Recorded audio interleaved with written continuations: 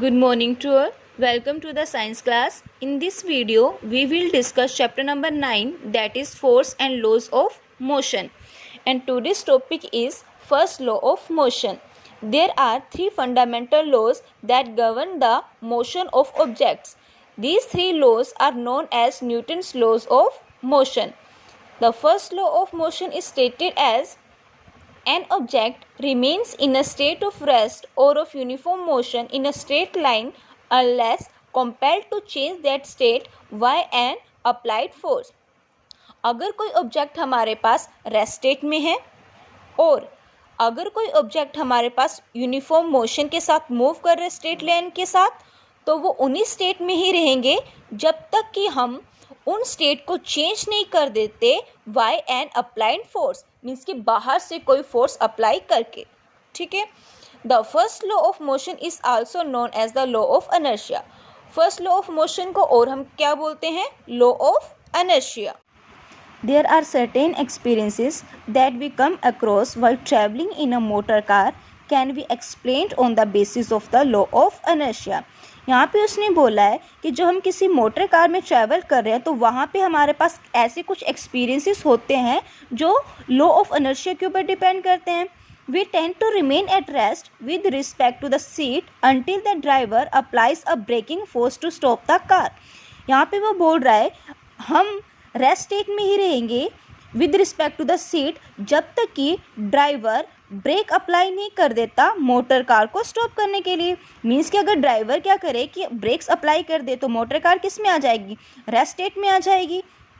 With the application of brakes, the car slow down but our body tends to continue in the same state of motion because of its inertia. अगर हम break को देखें तो break लगाने से क्या होगा? हमारी जो कार होगी उसकी स्पीड क्या हो जाएगी? स्लो हो जाएगी. अगर स्पीड स्लो हो जाएगी लेकिन कार तो मूव करेगी ना, तो वैसे ही हमारी बॉडी भी कौन से स्टेट में होगी? मोशन में भी होगी. और इस टर्म को हम एक्सप्लेन करते हैं because of its inertia. Next हम देखते हैं जब भी हम ब्रेक अप्लाई करते हैं तो वहाँ पे हमारे पास इंजरी के काफ़ी चांसेस होते हैं. तो इंजरी को रोकने के लिए हम क्या यूज़ करते हैं? सेफ्टी बेल्ट यूज़ करते हैं. Safety belts exert a force on our body to make the forward direction slower. Safety belt क्या करती है? फोर्स एक्सर्ट करती है हमारी बॉडी के ऊपर to make the forward motion slower, कि जो हमारे जो बॉडी है वो फॉरवर्ड मोशन में ना जाए. ठीक है. Next is when we are standing in a bus and the bus begins to move suddenly.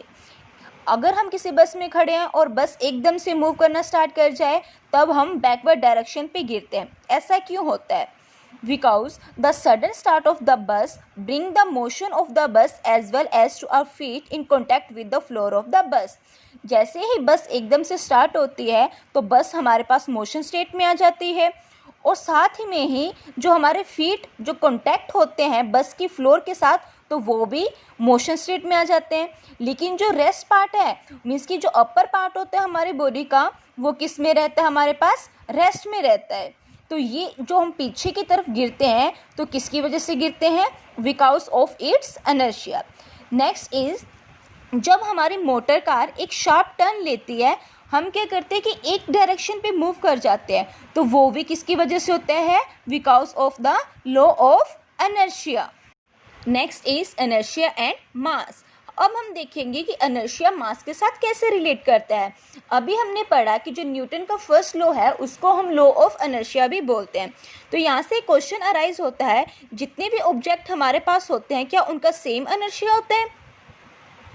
We know that it is easier to push an empty box than a box full of books.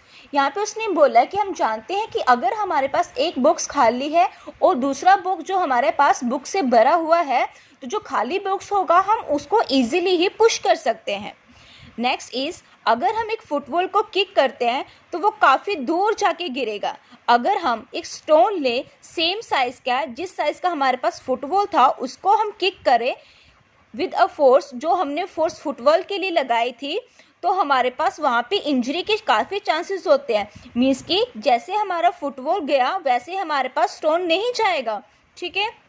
अगर हम 5 rupees के coin को 1 रुपये के coin के साथ compare करें, जो 5 रुपये का कॉइन होता है वो एज़ कंपैरिजन टू 1 रुपये के कॉइन से हैवियर होता है, तो इस वजह से जो इनर्शिया भी होगा वो 5 रुपये के कॉइन का ज़्यादा होगा एज़ कंपैरिजन टू 1 रुपये के कॉइन से। नेक्स्ट इज़, अगर हम एक कार्ट को लेते हैं, दूसरी साइड हम ट्रेन लेते हैं, वो दोनों मूव कर रही हैं, तो अगर हमने किसी की स्टेट को चेंज करना है, मीन्स कि कार्ट और ट्रेन के स्टेट ऑफ मोशन को चेंज करना है, तो हम कार्ट की स्टेट को इजीली चेंज कर पाएंगे एज़ कंपैरिजन टू ट्रेन। ऐसा क्यों?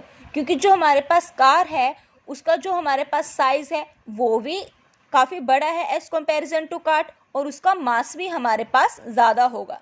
ठीक है, जिसका जितना ज़्यादा हमारे पास मास कम होगा उसको हम जल्दी ही उसके स्टेट को चेंज कर सकते हैं। तो हम बोल सकते हैं कि जितना भी हमारे पास हैवियर ऑब्जेक्ट होगा और मोर मैसिव ऑब्जेक्ट होगा तो उनका इनर्शिया भी ज़्यादा होगा हमारे पास। Okay, the inertia of an object is measured by its mass. किसी भी ऑब्जेक्ट का अगर हमने इनर्शिया को मेज़र करना है तो उसको किससे करेंगे? उसके मास से करेंगे। The mass of an object is measure of its inertia. किसी भी ऑब्जेक्ट का मास हमारे पास क्या होता है? उसका इनर्शिया होता है। जितना हैवी ऑब्जेक्ट होगा और जिसका जितना ज़्यादा मास होगा उसका उतना ही ज़्यादा इनर्शिया होगा। Thank you and have a nice day.